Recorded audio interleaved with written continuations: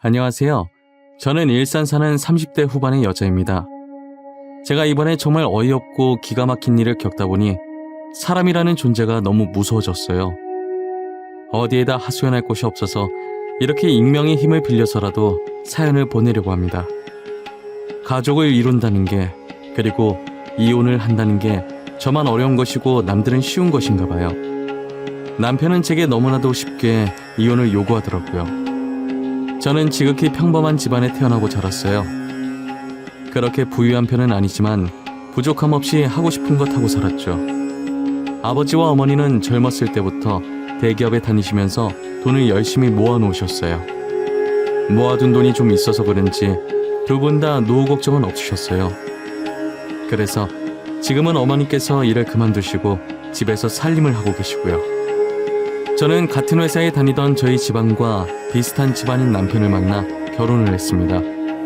저희가 결혼한 지는 오래되었는데 현재 아이는 없는 상태예요. 노력은 많이 했었지만 애가 생각보다 쉽게 들어서지 않더라고요. 그렇다고 해서 애 못 가진다고 시어머니께서 구박하진 않으셨어요. 시어머니께서도 저처럼 임신이 잘 안 돼서 힘들게 저희 남편을 낳으셨었거든요. 그 마음 누구보다 이해한다면서 너무 조급해하지 말라고 오히려 저를 위로해 주시더라고요. 남편도 제게 조급해할수록 마음만 급해져서 애가 더 안 생길 수도 있다면서 아무 생각 없이 언젠간 오겠지 하는 심정으로 기다려보자고 하더라고요. 저는 정말 이런 시댁 찾기 힘들다며 결혼하길 잘했다고 생각했어요. 하지만 저희 아버지가 사업을 시작하시면서 이런 행복도 길게 가진 못했어요. 아버지께서는 다니던 회사에서 계속 근무하시다가 최근에 그만두고 모아둔 돈 일부를 가지고 사업을 시작하셨어요. 아버지는 손수 직접 팔찌를 디자인하고 만들어서 파셨어요. 처음엔 누구나 그렇듯 매출이 저조했는데 유명 인플루언서가 아버지께서 만든 제품을 착용하고 후기글을 올린 이후에 그의 팬들에 의해서 입소문이 터서 대박이 난 거예요. 갑자기 늘어나는 주문량에 꿈인지 생시인지 도저히 정신을 못 차리겠다고 하시더라고요. 아버지도 이것도 한철이라면서 지금 이렇게 입소문이 타다가도 금방 수그러들 수도 있다면서 괜한 기대를 품지 않으셨어요. 하지만 아버지가 예상했던 것과는 달리 아버지의 제품들이 꾸준히 사랑을 받고 있더라고요. 나이가 좀 있으신 아버지가 디자인해서 그런지 아무래도 유행에는 뒤처지지만 나름의 유니크한 매력이 있다면서 그게 이 팔찌의 큰 포인트라며 다들 좋아해 주셨어요. 아버지께서는 팔찌를 팔아 버신 돈으로 도움이 필요한 사람들에게 기부도 많이 하셨어요. 미혼모를 위해 분유와 기저귀, 그리고 청각장애인들을 위한 보청기 등등 여러 방면으로 기부를 하셨어요. 매출이 더 안 올라도 괜찮으니 떨어지지만 말자는 아버지의 발언과는 달리 아버지의 팔찌를 착용했던 유명 인플루언서가 뒷광고 논란이 터진 거예요. 그러면서 아버지의 회사도 함께 논란에 휩싸이게 되었죠. 사실이 아닌데 마치 사실인 것 마냥 사람들이 글을 썼고 그 글이 빠르게 퍼지면서 기사까지 포털 사이트에 크게 걸리게 되었어요. 알고 보니 아버지의 회사는 그 인플루언서의 가족이 운영하는 건데 홍보해 주려고 뒷광고를 했다는 둥, 인플루언서의 유명세만 믿고 그거 이용해서 노력 없이 사업이 성공하려고 했다는 둥, 애초에 별 볼 일 없는 팔찌 착용한 게 이상했다면서 역시 가족이었다며 증거 사진이랍시고 짜맞추게 한 사진들을 같이 올리기 시작하더라고요. 사진과 함께 글을 적으니 내용이 부풀려질 대로 부풀려져서는 정말 모르는 사람이 보면 사실이라고 믿을 정도더라고요. 아버지께서는 사실이 아니며 그 인플루언서랑은 아무 관계 아니라고 입장 표명했지만 이미 사람들은 처음 나갔던 기사만 보고 계속 아버지 회사를 불매하기 시작했어요. 결국 아버지 회사는 위태위태한 상태를 유지하고 있었죠. 저는 누명을 벗기 위해서 SNS를 활용해서 해명하기 시작했어요. 하지만 제가 해명을 해도 드리려고 하지 않고 안 좋은 댓글만 쌓이더라고요. 지금 이게 어디서부터 첫 단추를 잘못 깬 것인지 전혀 모르겠더라고요. 해명을 하면 할수록 사람들 사이에서는 저도 그 인플루언서의 친척이 되어 있었어요. 오히려 말하면 더 손해인 것 같아서 저도 손을 놓을 수밖에 없었어요. 엎친 데 덮친 격으로 아버지 일 때문에 안 그래도 스트레스 받는데 거기다 남편까지 더하더라고요. 결혼 후에 제가 다니던 회사를 그만두고 다른 회사로 이직을 해서 남편과 퇴근 시간이 달랐어요. 제가 조금 더 늦게 퇴근하는데 집에 들어가자마자 제 얼굴 앞에 종이 한 장을 들이밀더라고요. 다녀왔냐니 인사도 안 해? 이건 뭐야? 이게 무슨 종이인데? 이혼 합의서? 당신 지금 이게 뭐 하자는 거야? 갑자기 무슨 이혼? 거기에 당신 인적사항 작성하고 도장 찍어. 우리 이혼하자. 지금 장인어른 회사 위태위태하다며 더 늦기 전에 갈라서자. 그게 우리 이혼이랑 무슨 상관인데? 나 아무 잘못한 거 없는데 왜 이혼을 해야 하는데? 다짜고짜 도장 찍으라고 하지 말고 내가 납득할 수 있게 설명을 좀 해봐. 장인어른 회사 조만간 망할 것 같은데 망하면 우리한테도 피해 올 거 아니야. 그러니까 늦기 전에 이혼하자고. 뭐? 우리 아빠 사업이 위태위태하니까 이혼하자고? 그동안 아빠가 당신 부모한테 바친 돈이 얼만데 시아버님 사업 위태할 때마다 우리 아빠가 모아둔 돈으로 도와줬었어. 그런데 지금 당신이 나한테 뭐라고? 그건 고맙게 생각하고 있어. 하지만 우린 당신 가족이 빚더미에 쌓이게 되면 도와줄 돈이 없어. 그리고 잘못하면 우리한테까지 피해 올 수도 있고. 난 피해 입기 싫어. 그러니까 도장 찍어. 남편 입에서 나오는 말들은 하나같이 어처구니가 없었습니다. 이때까지 저희 아버지께서 시아버님 회사가 위태로워질 때마다 가족 좋은 게 뭐냐면서 좋은 마음으로 그동안 모아두셨던 돈을 선뜻 보태주시곤 하셨거든요. 그런데 남편은 도와준 은혜도 모르고 막상 저희 아버지 회사가 위태로워지니 자기는 돈 없어서 못 도와준다고 자기 집안까지 피해받기 전에 이혼을 하자는 거예요. 저는 제가 이제껏 이런 사람과 살았었나 싶고 처음으로 결혼한 게 후회가 되더라고요. 힘든 시기에 돌아서는 사람들과는 인연을 이어가지 말라더니 그게 저희 남편이었어요. 아버지 회사 때문에 제가 이혼당한 걸 알면 아버지께서 속상해하실 것 같은 생각에 눈물이 나더라고요. 그래서 저는 아버지 회사 곧 다시 일어설 거라고 남편을 설득해서 이혼만은 막아보려고 했는데 남편은 들은 척도 안 하고 날마다 이혼 합의서를 제 얼굴 앞에 들이밀었어요. 계속해서 이혼을 강요했지만 제가 이혼을 해주지 않자 점점 폭력적으로 변해가면서 이혼을 서두르는 남편을 보고 있으니 저는 이상한 느낌이 들기 시작하더라고요. 꼭 저와 이혼을 해야 하는 이유가 있는 것처럼 이혼을 서두르려고 하니까 정말 뒷구린내가 심하게 나는 거예요. 저는 제 촉을 믿는 편이라 남편 뒤를 몰래 따라가 보기로 했어요. 그런데 남편이 웬 모르는 여자랑 같이 있는 거예요. 팔짱까지 끼고 서로를 보며 웃고 있는데 누가 봐도 정말 다정해 보이는 커플 같았어요. 역시 이혼을 서두르는 데에는 다 이유가 있을 것 같더라니 저희 아버지 사업이 위태로워 보이니까 저랑 얼른 이혼하고 돈 많은 집안의 상간녀랑 결혼하려고 준비 중이었더라고요. 남편이 저를 버리고 혼자만 행복하려는 꼴이 정말 보기 싫었어요. 그래서 저는 상간녀와 같이 있는 모습을 사진으로 몰래 찍어놓기 시작했어요. 그날 남편이 잘 때 휴대폰을 확인했고 카톡을 보니 둘이서 아주 깨가 쏟아지더라고요. 상간녀와 남편이 주고받았던 사랑 가득한 카톡을 찍어서 몰래 저한테 보내놓았습니다. 그리고 상간녀의 전화번호도 제 폰에 저장시켜놨어요. 저는 상간녀에게 남편에 대해 할 말이 있으니 카페에서 잠깐 보자고 했어요. 저한테 희창 오빠에 대해 할 말이 있다고 하셨잖아요. 근데 저희 오빠는 어떤 관계신가요? 아, 혹시 오빠 친척분이신가요? 저 김창희 씨 아내 되는 사람인데요. 그쪽이 지금 저희 남편이랑 만나고 계신 것 같던데 그 사람이 유부남인 건 알고 있었나요? 아니면 유부남인 줄 모르고 만나신 건가요? 네? 그게 무슨 소리세요? 오빠가 유부남이라니요? 거짓말 치지 마세요. 오빠가 저한테 그동안 연애에 관심이 없어서 아직 결혼 못했다고 했단 말이에요. 그럼 그쪽은 김창희 씨가 유부남이었다는 사실을 정말 모르셨어요? 저 오늘 변호사 만나서 이혼 소송하고 당신은 상간녀 소송하려고 미리 알고 있으라고 말하러 온 거예요. 지금 거짓말하는 거 아니죠? 저 정말 몰랐어요. 믿어주세요. 저도 피해자예요. 어쩐지 결혼하자고 말만 하고 날짜 잡으려고 하면 계속 미루더라고요. 상간녀는 남편이 유부남이었던 걸 전혀 몰랐던 눈치더라고요. 제게 제 차 사실이냐고 확인을 하길래 제가 미리 발급받은 가족관계 증명서를 보여주면서 남편과 혼인관계임을 증명하니 그제서야 믿기 시작하더라고요. 상간녀는 정말 몰랐다고 당장 헤어지겠다면서 자신도 피해자니 고소는 하지 말아달라고 하더라고요.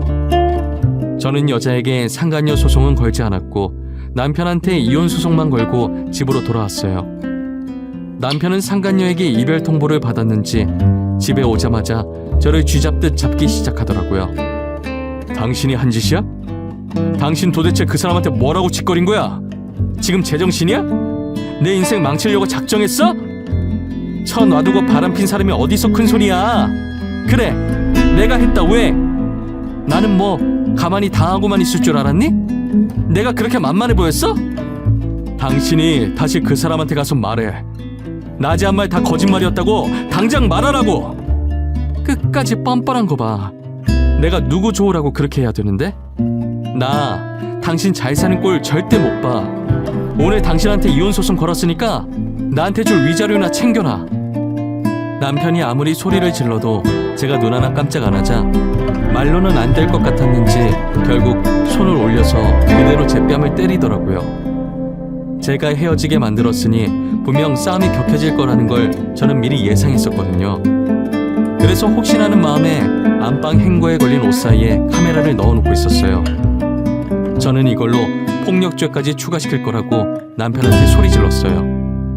저는 남편에게 이혼 소송으로 위자료를 받아냈지만 폭행죄는 뺨 때린 게 다고 초범이기도 해서 징역까지 안 가고 벌금형으로 끝났더라고요. 그 뒤로도 남편은 정신을 못 차리고 돈 많은 여자 한번 물어보겠다고 여러 여자들을 만나고 있다고 하더라고요. 다행히 저희 아버지는 뒷광고 논란으로 잠적했던 유명 인플루언서가 아버지와 친척도 아니고 일면식도 없다고 해명을 해주면서 어느 정도 논란이 잠재워졌어요. 그리고 이러려고 아버지께서 이제껏 선행을 해왔던 것은 아니었지만 이때까지 아버지의 도움을 받으셨던 분들이 글을 써주셨더라고요.